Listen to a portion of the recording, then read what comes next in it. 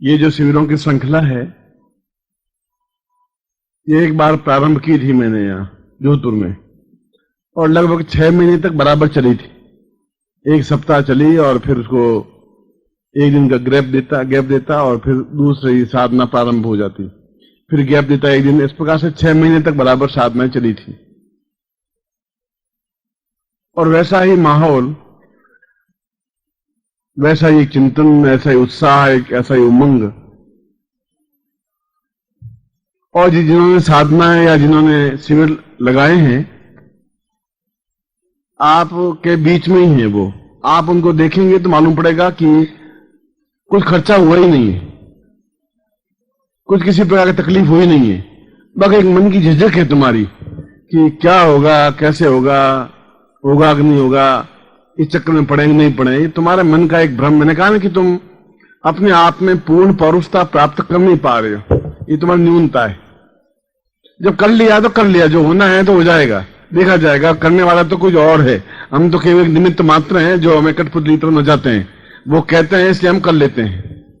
इसलिए कृष्ण ने भी अर्जुन को कहा था कि तुम बेकार घमंड कर रहा है कि तू लड़ रहा है, महाभारत युद्ध जीत रहा है। जीतने वाला कोई और है, तू तो एक निमित्त मात्र है। तुम्हें तो एक काम सौंपा है कि तुम आगे जाके खड़े हो जाओ। और तुमको भी मैंने काम सौंपा है कि पूरे भारतवर्ष में आप एक चेतना पैदा कर दें। जगह जगह शिविर स्थापन होने चाहिए, शिविर होने चाहिए, 1 दिन के या 2 दिन के। और उन शिविरों के माध्यम से एक नई चेतना पूरे भारतवर्ष में पैदा होनी ही चाहिए। क्योंकि ये प्रसंगवश मैंने बात इसलिए कही कि अभी प्रवीण जोशी ने भी और शर्मा ने भी और जिन लोगों ने भी अपनी बातचीत सामने रखी, और कुछ लोग रखने जा रहे हैं। आज भी कह रहे थे कि हम अनाउंस करें कि उस दिन हम शिविर रखना चाहते हैं, उस दिन शिविर रखना चाहते हैं। शिविर रखने या नहीं रखने से कोई मेरी महानता या न्यूनता नहीं बनती, मगर मुझे ये मालूम पड़ता है कि इन लोगों में एक आग है, एक चिंगारी है। जो कुछ मैं काम कर रहा हूं उसके पीछे मेरा मकसद सिद्ध हो रहा है। ये मकसद कि ये अपने आप में पूर्ण क्षमता युक्त कार्य करने में सक्षम है। ये ऐसे कमजोर और कायर बुज़दिल नहीं है कि जहां घर में घुस करके बैठ जाएं, ऐसे नहीं है। जो बाहर निकल गए, जब एक बार निश्चय कर लिया, क्योंकि जयप्रकाश ने कहा है कि ये जो प्रेम है इतना, ये आशिकी इतनी सस्ती नहीं है, इतनी आसान नहीं है। ये प्रेम इतना आसान नहीं है। और प्रेम करने के लिए तो अपना सब कुछ लुटाने के बाद ही मालूम पड़ता है कि कुछ प्रेम किया। उससे पहले तो मालूम पड़ ही नहीं सकता। जब आपके पास कोई बच्चा हुआ है तो फिर प्रेम कैसा हुआ? प्रेम तो वह होता है जो अपना सब कुछ लुटाने की क्षमता रखता हो, सब कुछ एकदम फेंक देने की क्षमता रखता हो। तुम लोगों ने प्रेम किया या नहीं किया मुझे मालूम नहीं, किया ही होगा, मगर प्रेम नहीं किया होगा, इश्क किया होगा। वन साइडेड किया होगा कि डबल ट्रैफिक में किया होगा, ये तो मैं कुछ नहीं कह सकता। ये तो आप लोगों की कहानी आपके पास में है। मगर ये बात निश्चित रूप से तुम्हारा चेहरा देख करके ये बात गारंटी के साथ में प्रेम तुम लोगों ने किया नहीं है, ये बात श्योर है। अब तुम कर सकते हो, ये मैं तुम्हें छूट दे रहा हूं कि घर जाकर के अब तुम प्रेम शुरू करो थोड़ा बहुत। क्योंकि बिना प्रेम के जीवन का एक मूल्यांकन हो नहीं पाएगा। कल सुबह मैं इस विषय पर बोलूंगा भी।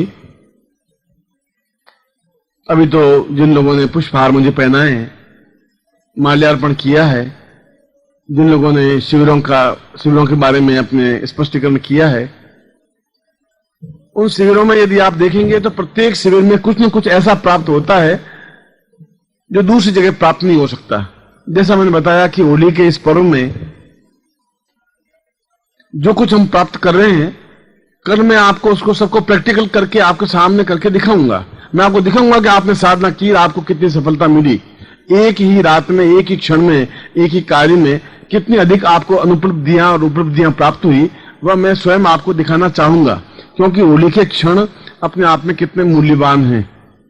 खैर, ये एक प्रवचन का विषय है। मुझे बहुत अच्छा लगा है कि भारती ने और शर्मा ने और जोशी ने और गुजरात के लोगों ने, उत्तर प्रदेश के लोगों ने, गणेश भट्टाणी ने, और जिन लोगों ने भी अपने आप में एक चिंगारी फैलाई है, वटाणी ने एक नई परंपरा कायम की है कि हर महीने एक शिविर लगाना है।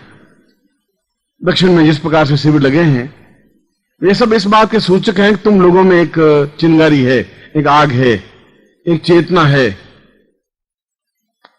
मगर ये तब हो पाएगा जब आप बाहर निकलेंगे, तब हो पाएगा जब आप एक पैर आगे बढ़ाएंगे, ये तब हो पाएगा जब आपके अंदर एक ललक होगी, प्यार होगा, एक अटैचमेंट होगा मेरे प्रति। एक ऐसा होगा कि इनको बुलाना है, मुझे हर हालत में बुलाना है, बुला के दिखा देना है कि आपका शिष्य इतना कमजोर नहीं है, बुज़दिल नहीं है, मैं कुछ करके दिखा सकता हूं। इतिहास में नाम उनके अंकित होते हैं जो अपना सब कुछ लुटाने के बाद खड़े होते हैं, और जब तक लुटाते नहीं है तब तक उनका नाम इतिहास में अमर नहीं होता। वह एक घरौंदे में घुस करके बैठे हुए होते हैं, वह चाहे प्रेम का क्षेत्र हो, चाहे साधना का क्षेत्र हो, चाहे जीवन के किसी एस्पेक्ट का क्षेत्र हो। जब तक कुछ है ही नहीं, कुछ आपने दिया ही नहीं, तो लेने की आप में पात्रता आएगी भी कहां से? जब आपने कफन बांधा ही नहीं तो फिर मौत कैसी होती है आपने देखा ही कैसे, देखोगे ही कैसे? मौत देख सकते हैं मौत को जो सिर पे कफन बांध करके बाहर निकलते हैं, उनके सामने मौत आते हुए हिचकिचाती है, घबराती है, विचलित होती है। जिनके मन में चिंगारी होती है वह गुरुदेव का आमना सामना कर सकते हैं, वे बुलाने की क्षमता रखते हैं। वे माइक पर खड़े होकर कहते हैं कि आपको आना पड़ेगा। वे संगीत के माध्यम से कह सकते हैं कि गुरुदेव आपको यह करना ही पड़ेगा। सुबह भी मैंने बताया था कि गुरुदेव कुछ कहें या नहीं कहें, सिखाएं या नहीं सिखाएं, वह तो प्रत्येक पल आपको सिखाने की क्रिया करते ही रहते हैं। आप कितना सीख पाते हैं, कितना ले पाते हैं। और मैंने देखा इस होली के पर्व पर कि आप में से अधिकांश व्यक्ति के अंदर एक तड़फ है, एक बेचैनी है, एक कार्य करने की क्षमता है, एक जोश है, एक जवानी है, एक उमंग है, और आप उस उमंग को, उस जोश को, उस जवानी को प्रस्फुटित कर रहे हैं। हर बार इस प्रकार की नवीनता, नवीन तथ्य, नवीन चिंगारी, कुछ ऐसा हो जो अभी तक हुआ नहीं है। ऐसा घिसा पिटा साधना, ऐसे घिसी पिटा मंत्र जाप, ऐसे घिसा पिटा प्रवचन और ऐसे घिसा पिटा प्रेम जिंदगी में कुछ होता ही नहीं। इसलिए मैंने कहा कि आप लोगों ने प्रेम किया ही नहीं, क्योंकि वो आपके चेहरे से स्पष्ट हो रहा है। प्रेम, साधना, मंत्र, तंत्र मुझे लंदन में पूछा कि आप वहां गुजराती थे और सबसे ज्यादा प्रेम गुजराती करते हैं, ये मैं आपको और बता देता हूं। गुजरात में ऐसा कोई व्यक्ति नहीं जो प्रेम नहीं करता। मैं अहमदाबाद में गया आज से 10-12 साल पहले, 15 साल हो गए, 17-20 साल हो गए। अहमदाबाद में एक तो एम्बेसडर होटल है, इसमें गुजराती बुरा नहीं माने, ये तो उनकी विशेषता की बात कह रहा हूं। ये 20 साल पहले की घटना बता रहा हूं मैं, 15-17 साल भी। मैं एम्बेसडर होटल में ठहरा तो वो उसमें ज्योतिष का काम करता था मैं। ये गुरु तो बाद में दुर्भाग्य से बन गया तुम्हारा, यूं ही बेकार, यूजलेस। आप कोई इसमें से बनना चाहें आप आइए, बैठिए, मैं तो मुक्ति चाहता ही हूं। मैं तो हर बार ये चाहता हूं कि मैं नहीं करूं, ना आप में से कोई तैयार होता है और मुझे इसको घसीटना पड़ता है। वो आए और मैं हाथ देखता था, मतलब हाथ देख करके उनके भविष्यफल बताता था। ऐसा मैं 6-8 महीने किया था, कोई लंबा चौड़ा जीवन में किया नहीं था। तो एक सज्जन आए, उन्होंने कहा कि पति पत्नी दोनों आए, स्त्री आई है, पुरुष आए। तो उन्होंने कहा कि देखिए गुरुदेव, ये मुझे और कुछ बातें पूछनी नहीं है, बस एक बात पूछनी है कि क्या मेरे इसमें कोई लव लाइन है कि नहीं है। मैंने कहा ये सवाल तो और तो किसी भारत में और किसी प्रांत में पूछे नहीं, पूरे भारत में घूमता रहा हूं, ये गुजरात में पहला ही ग्राहक मिला, पहला ही ग्राहक में लव लाइन के बारे में पूछा है और किसी पूछा ही नहीं। अब इसको निराश करने से फायदा भी क्या? मैं कहा तुम्हारी लव लाइन जितनी मजबूत है उतनी तो कहीं दिखाई नहीं दे रही, और उसका चेहरा इतना चौड़ा हुआ कि शायद किला फतेह कर लिया हो। फिर उसने उसका हाथ पकड़ा कि आप इसकी भी थोड़ी लाइन देख लीजिए। मैं कहा जब पति के हाथ में लाइन है तो पत्नी के हाथ में होगी। सुन कोई बात, मैं इसके हाथ में भी है। मैंने कहा कि शादी को कितना समय हुआ? कि शादी कहाँ हुई, ये तो लवर है मेरी, कुछ शादी अभी हुई कहाँ, अभी 2 बच्चे हुए हैं और लवर है बस। अभी तो 2 बच्चे भी हो गए और अभी तो लवर ही चल रहा है। तो क्या कोई शादी करने के बाद ही बच्चे पैदा होते हैं गुरु जी? क्या इतना आपको ज्ञान नहीं है क्या? कोई जरूरी थोड़ी है बच्चे पैदा करने के लिए शादी करना जरूरी होता है क्या? मैं कहा मैं कहाँ गुजरात में कहाँ फंस गया आकर के, ये तो यहाँ बिल्कुल नया सिस्टम में चल रहा है।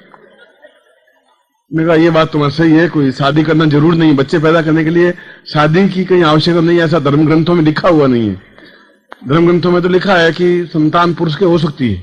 फिर दूसरा आया तो वो भी किसी को लेके आया, और आप मेरी बात विश्वास नहीं करेंगे, 100 में से 98 लोगों ने जो आए प्रेमिकाओं के साथ नहीं आए, पत्नी के साथ एक भी नहीं आया।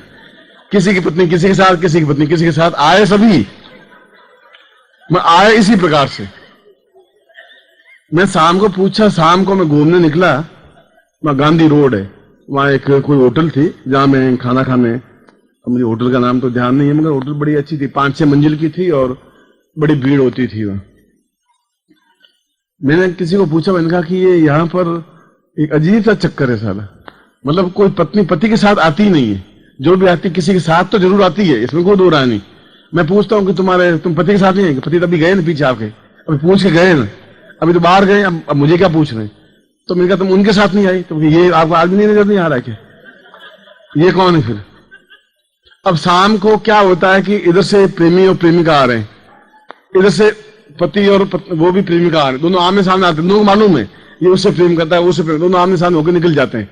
शाम को न उनकी कोई लड़ाई है, न कोई झगड़ा है, न कोई तकलीफ है, न कोई तनाव है, बस इजीली वे जो लाइफ है। तो प्रेम करना केवल गुजरातियों को आता है, वहां से मैंने सीखा। मैंने कहा तुम बेकार जिंदगी बर्बाद कर रहा है, प्रेम करना सीख तो यहां सीख।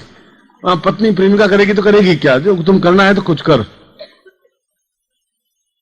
प्रेम में कहीं किसी प्रकार की हिचकिचाहट नहीं होती, और अगर वो घृणा करेंगे गुजराती तो पूर्ण रूप से घृणा करेंगे, फिर वो मारने पीटने से नीचे नहीं आएंगे। प्रेम करेंगे तो खुल करके करेंगे। यह उनकी एक विशेषता है कि वे अपने आप में स्वच्छ हृदय हैं, जो कुछ कर रहे हैं वो दो टूक कर रहे हैं। तो गुजरात में एक भावनगर है, भावनगर में मैं पत्नी वाइफ साथ में थी, और वहां शिविर लगा था और काफी लोग एकत्र हुए थे, करीब 1.25 लाख एकत्र हुए लोग। वहां पत्रकार परिषद थी, पत्रकारों ने पूछा कि, फिर मैं गुरुजी बन गया था उसमें। उसने कहा कि आप गुरुजी हैं, गुरुजी बस आपसे एक पर्सनल व्यक्तिगत सवाल आपसे। तो पूछ रहे उसमें क्या बात है, व्यक्तिगत है तो क्या, ऐसा मेरा जीवन में पर्सनल तो कोई चीज रही नहीं। उन्होंने कहा आपने कभी लव किया है गुरुजी? अब पत्नी पास में बैठी हुई, अब मैं बोलूं कि हाँ तो गड़बड़, नहीं बोलूं तो भी गड़बड़, अब दोनों मामलों में मैं तो मारा जाऊंगा। मैंने कहा किया है, डेफिनेटली किया है, 100% किया है। क्यों, तुम्हें कोई तकलीफ हो रही है? तो पति ने जोर से मारा कि तुम क्या बोल रहे हो? मैंने फैलाया, मैंने कहा कि किया है, पर आधे मन से किया है, मतलब किया तो है मगर देख रहे हो तुम, मगर पूरा करूंगा जरूर, इसमें कोई दो राय नहीं। तो किससे किया है? मगर तुम लोगों से करने से कोई फायदा है नहीं, तुम लोगों से किया नहीं है, और जिनसे किया है उनका नाम लेने की जरूरत नहीं है। वो अपने आप मेरा चेहरा बोल देता है, और जिसका चेहरा तुम्हें बोल दे, जिसके चेहरे पर मेरा नाम लिखा हुआ, समझना उससे प्यार किया, उसकी बात की। इसको पढ़ ले, इसके चेहरे पर क्या लिखा हुआ है। इसमें कोई शर्म झिझक और संकोच की कहीं कोई क्षण नहीं है, क्योंकि ये दिन जो है, वह जो एक भजन है, वह जो गान है, जो अक्रूर की बात कही गई, जो उद्धव की बात कही, कृष्ण का प्रेम किया है मैंने, गोपियों से किया है तो किया है। कहां संकोच है, किस बात का संकोच है? हाँ, मेरे मन में कहीं छुप करके कोई काम किया है तो गलती है मेरी। यदि मैंने कोई बात छुपाई है, चोरी की है, तो गलती है। अगर आप कुछ छुप करके काम करते हैं तो वह अपराध है। प्रेम हो या घृणा हो या क्रोध हो या हिंसा हो या साधना हो या सिद्धियां हो, जो कुछ है दो टूक है, स्पष्ट है। ऐसा कहकर के मैं आपको कोई समाज की दृष्टि से गुमराह करने की कोशिश नहीं कर रहा हूं। मैं कह रहा हूं आपके मन की वह ग्रंथि खुलनी चाहिए जिसको प्रेम कहते हैं।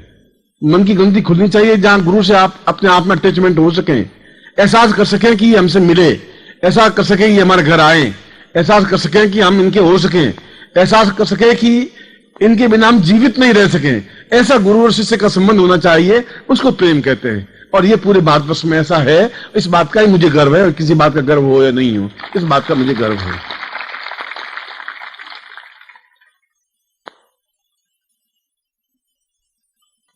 मैं अपना, ये तो बीच में बात चली और मैंने कह दी, प्रवचन तो मैं इसके बाद में करूंगा, पहले मैं दीक्षा देता हूं।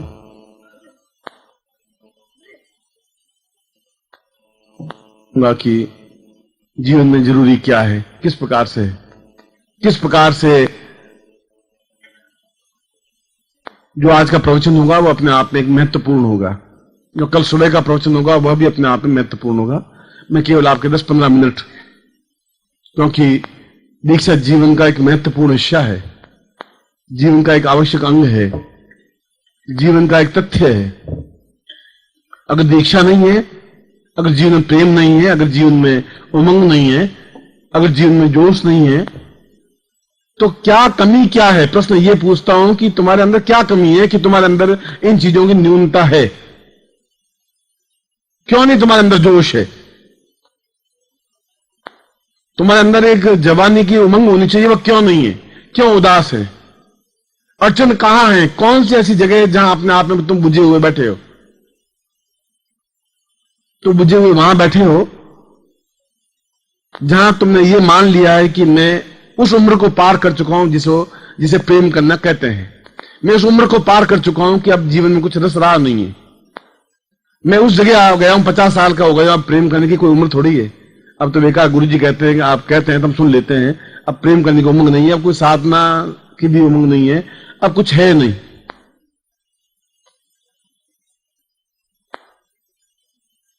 और मैं अपने प्रवचन में और इस प्रवचन के संदर्भ में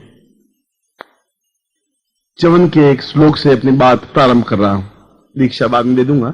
जो बात चल रही है तो मैं आपको दो टूक समझा दूं, और ये बात को भी आपको पहले समझा दूं कि साधना, सिद्धि, सफलता और प्रेम, ये चारों चीजें तब हो सकती हैं जब आप बुद्धि को खूंटी पे टांग दें। बुद्धि और प्रेम दोनों एक साथ नहीं चल सकते, वो बनियागिरी हो जाएगी। मुंबई की एक लड़की का किस्सा याद है। मुंबई की एक लड़की ने प्रेम करना शुरू किया, अब हो गया, इसको हो गया। उस लड़की को मैं, उसके पति भी हैं, ये बात नहीं है कि वो मतलब कोई अकेली है। उसका वजन केवल 128 किलो है, सिर्फ, कोई ज्यादा नहीं। आप जैसे 6 आदमी मिल जाएं तराजू में, एक तरफ उसको बिठा दे तो उसका पलड़ा भारी है, आपका पलड़ा हल्का है। वजनदार लड़की है, मतलब ऐसे घास फूस की बनी हुई नहीं है। और पति भी बड़े मजाकिया हैं। एक दिन मैं चर्च गेट से निकल रहा था, वे सामने से पति पत्नी आ रहे थे। पति को आप देखें तो अगर मैं फूंक मारूं तो 2 मील दूर जाके गिरे, कहीं मतलब करवट बदल दे पत्नी और दब जाए वो, तो सुबह सांस निकले उसकी, अर्थी जाए। इसलिए वो पलंग को उसने चौड़ाई में 3 फुट नहीं बनाया, 8 फुट का बनाया चौड़ाई में। मैं कहा तुमने ये क्या किया? गुरुजी आपको मालूम नहीं, करवट बदलती है, 2 करवटें बदलती है। और यदि मैं भूल चूक कभी करवट के नीचे आ गया तो मैं भले हाथ पांव कितनी फड़फड़ाऊं, वो तो हो गया सब सत्यानाश। में तो सुबह अर्थी जाएगी मेरी, कुछ बच ही नहीं सकता। तो मैंने उसको पूछा कि चर्च गेट पर, मैंने कहा कि क्या बात है, आप दोनों घूमने निकले हो आज? उन्होंने कहा नहीं गुरुजी, सड़क टूटी फूटी थी तो रोड रोलर लेके चल रहा हूं, तो सड़क बराबर लेवल पे आ जाए इसलिए लेके कभी कभी चलता हूं। जहां में सड़क टूटी फूटी होती लेके चलता हूं, और रोड को बिल्कुल सीमेंट विमेंट डाल के ठीक करने के लिए फिर रोड रोलर चलाने की जरूरत नहीं है। तो जिंदगी में वे पति पत्नी भी हैं जहां हास्य है, जहां विनोद है। इसलिए उस श्लोक में जहां उसने उद्धव और अक्रूर और कृष्ण का वर्णन किया है, वहां उद्धव ने कहा है कि उद्धव जो गोपियों के पास पहुंचा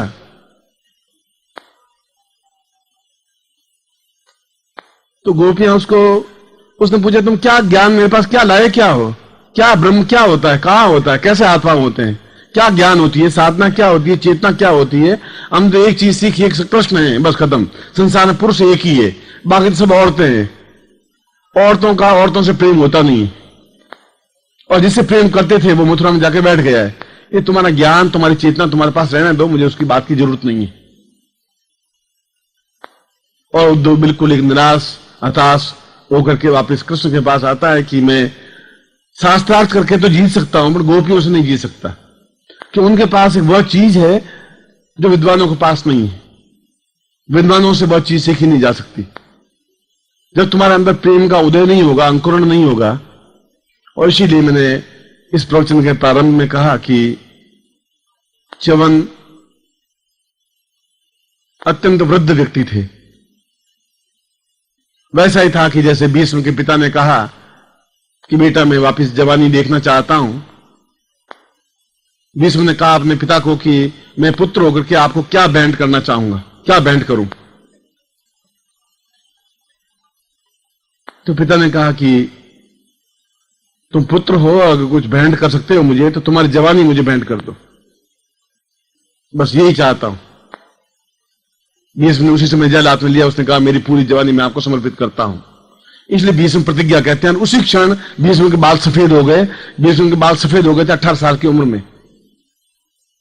जब 18 साल का था तब उसके बाल सफेद हो गए थे, झुर्रियां पड़ गई थी, भौहें सफेद हो गई थी और शरीर अपने आप में ताकत हिम्मत तो थी, मगर ऊपर से शरीर ऐसा लग रहा था जैसे वृद्ध हो।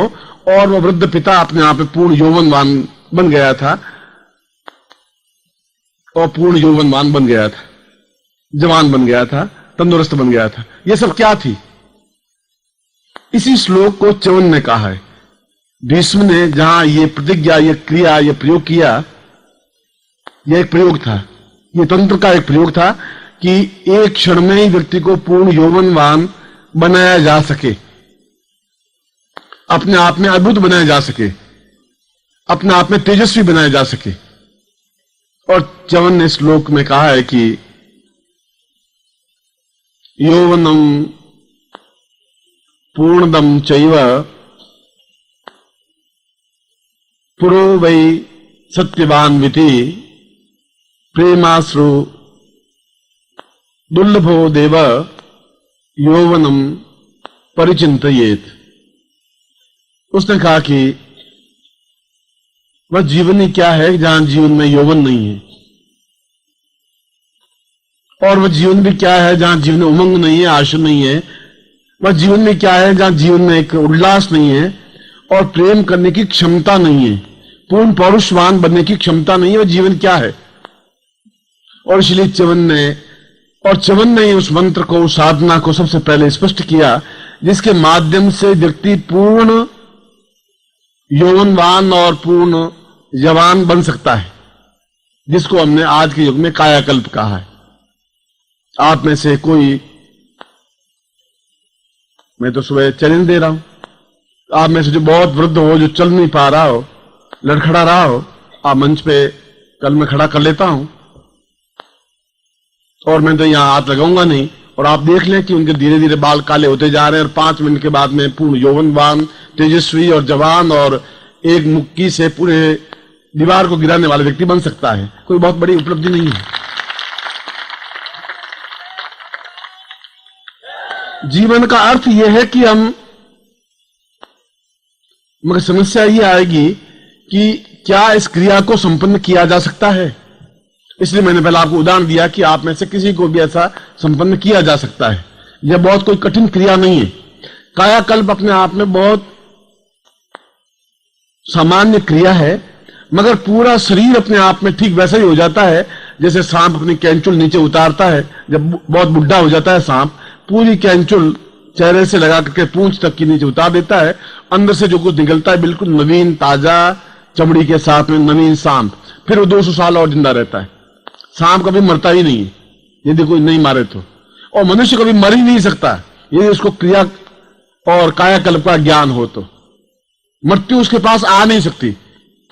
मृत्यु तब आती है जब आपके मन में ये आता है कि मैं वृद्ध हूं। जिस क्षण आपके मन में ये आ जाएगा कि मैं बुढ़ापा आ गया है, मैं वृद्ध हो गया हूं, उस क्षण मृत्यु आपके पास आके खड़ी हो जाएगी, उसमें दरवाजा खटखटाएगी। और यदि आपको अपने पूरे शरीर की चमड़ी को एकदम से जर्जर चमड़ी को, वह चमड़ी जिसके ऊपर सफेद बाल हैं, जहां कमजोरी है, अशक्तता है, बीमारी है, रोग है,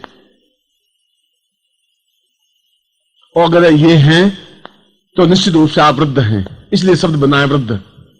और वृद्ध का अर्थ है कि जीवन को समाप्त की और तेजी के साथ बढ़ने की क्रिया। हम और जीवन कहते हैं बीमारी केवल शारीरिक ही नहीं होती, बीमारी मानसिक भी होती है। मनुष्य मर नहीं सकता, संभव नहीं मनुष्य के लिए मरना। 200 साल की आयु, 300 साल की आयु, 500 साल की आयु में भी व्यक्ति पूर्ण तरोताजा जिंदगी में बना रह सकता है। बस आवश्यकता इस बात की है कि बीमारियां 3 तरह की उसके जीवन में होती हैं। शारीरिक बीमारी होगी ही और होती ही है, वह चाहे देवता हो चाहे पुरुष हो।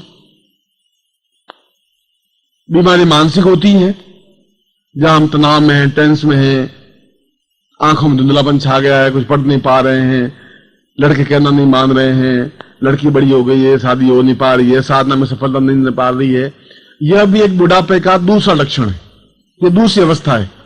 आप केवल शरीर से बुढ़े नहीं है, आप मन से भी बुढ़े हैं, मानसिक रूप से भी बुढ़े हैं, वृद्ध हैं। और तीसरी वृद्धावस्था कही जाती है जब आपका चिंतन अपने आप में बदल जाता है कि अब क्या है, अब कुछ हो नहीं सकता। और होली के पर्व पर, क्योंकि मैंने तो आपको पहले ये बताया था कि अब मेरी इच्छाएं ज्यादा आपके शिविरों को करने की कम है। मैं आपको मन की साफ बता दूं, मेरी इच्छा शिविरों में भाग लेने की कम है, क्योंकि जब आप कुछ चीज लेना ही नहीं चाहते तो फिर मैं कहां तक आपको दूंगा। मैं चाहता हूं कि आपको अपने आप में पूर्ण वे चीजें दूं जो अपने आप में किसी के पास है नहीं, पुस्तकों में है नहीं, ग्रंथों में है नहीं, शास्त्रों में है नहीं, पुराणों में है नहीं। महर्षि च्यवन ने इस श्लोक में लिखा है कि व्यक्ति को पूर्णतः यौवनवान बनाया जा सकता है कुछ ही क्षणों में। और च्यवन अपने आप में 4 पुत्रों को जो वृद्ध हो गए थे उनको पूर्ण यौवनवान बनाया और खुद यौवनवान बने रहे जीवन के अंतिम अवस्था तक। तो वह नुस्खा क्या था, वह क्या मंत्र था, वह अपने आप में कौन सा एक आलोड़न था, वह कौन सा गुंजन था, वह कौन सी चेतना थी, वह पद्धति कौन सी थी। और यदि यह पद्धति समाप्त हो गई तो व्यक्ति बड़ी स्पीड से मृत्यु के मुंह में चला जाता है। आप देख लें कि रिटायर्ड हुए 2-4 साल बाद मर जाते हैं, कोई 52 साल की अवस्था में, कोई 55 साल की अवस्था में, 62-65 साल की अवस्था में तो मर ही जाते हैं। और मानसिक रूप से तो आज भी मरे हुए हैं, यौवन उमंग जोश है ही नहीं, ताकत नहीं है, क्षमता नहीं है। तो च्यवन ने कहा कि यह जो मैं पद्धति दिखा रहा हूं, यह पद्धति प्रत्येक व्यक्ति के जीवन के लिए उतनी ही आवश्यक है जितना ऑक्सीजन आवश्यक है, जितनी प्राणवायु आवश्यक है, जितना भोजन आवश्यक है, जितना पानी आवश्यक है। इस श्लोक में वह बताया है। और उसने कहा कि अगर ये ऐसा नहीं होता है और आने वाली पीढ़ी ऐसा नहीं करते हैं तो शायद मेरे जैसा अभागा भी कोई नहीं होगा कि मैंने इतना उच्च कोटि का ज्ञान अपने पूरे जीवन में निचोड़ करके एक साधना पद्धति को निकाला और लोगों ने इसको स्वीकार नहीं किया। और उस साधना को प्रत्येक देवता ने स्वीकार किया। यह महर्षि च्यवन अपने आप में एक कमजोर व्यक्ति, कमजोर ऋषि नहीं बने और एक भी देवता वृद्ध नहीं बने। आप किसी देवता को मेरे सामने रख नहीं सकते कि ये वृद्ध देवता है, बिल्कुल बुढ़े हैं। एक भी किसी अप्सरा को आप वृद्धावस्था में लाके मेरे सामने खड़ा नहीं कर सकते कि यह रंभा या उर्वशी या मेनका या तिलोत्तमा बिल्कुल वृद्ध है, जर्जर है। गौरी को देखें और किसी देवी देवता को देखें, जगदम्बा को देखें, पूर्ण यौवनवान है, कहीं वृद्धावस्था जैसी कोई चीज है ही नहीं। भगवान शिव को देखें, विष्णु को देखें, ब्रह्मा को देखें, इंद्र को देखें, वरुण को देखें, यम को देखें, कुबेर को देखें, पूर्ण यौवनवान है और एकदम लाल सुर्ख है। और हम उनकी पूजा करते हैं, बुढ़े होते जा रहे हैं। गड़बड़ कहां है? कहीं कहीं गड़बड़ जरूर है। इस प्रश्न को किसी ने उठाया नहीं। और च्यवन कह रहे हैं कि दुर्भाग्य मेरा यही है कि इस प्रश्न को आने वाली पीढ़ी उठा नहीं पाएगी, समझ नहीं पाएगी। इसलिए समझ नहीं पाएगी कि ये ज्ञान यही समाप्त हो रहा है। और मैंने कल भी, आज सुबह के प्रवचन में भी यही समझाया था कि मैं इस होली के दिनों में प्रत्येक उन तथ्यों को, उन विचारों को उठाऊंगा जो अपने आप में उठाए नहीं गए। मैं चाहता हूं इन बारे में कुछ लिखूं, कुछ समझाऊं, मगर मैं लिख ही रहा हूं। पोथियों पर नहीं लिखा था, आपके हृदय पर लिख रहा हूं। मैं तो प्रैक्टिकल कर रहा हूं। पोथियों में तो लिखे हुआ, लिखने आंकन दिखे तो देखा जाएगा। मैं तो बिल्कुल आपके सामने प्रत्यक्ष करके दिखाना चाहता हूं और आपको बता देना चाहता हूं कि आप कितने अपने बच्चों से भी ज्यादा यौवनवान हैं। मृत्यु आपके पास आ ही नहीं सकती, संभव नहीं है। अगर भीष्म के पास नहीं आ सकती तो आपके पास भी नहीं आ सकती।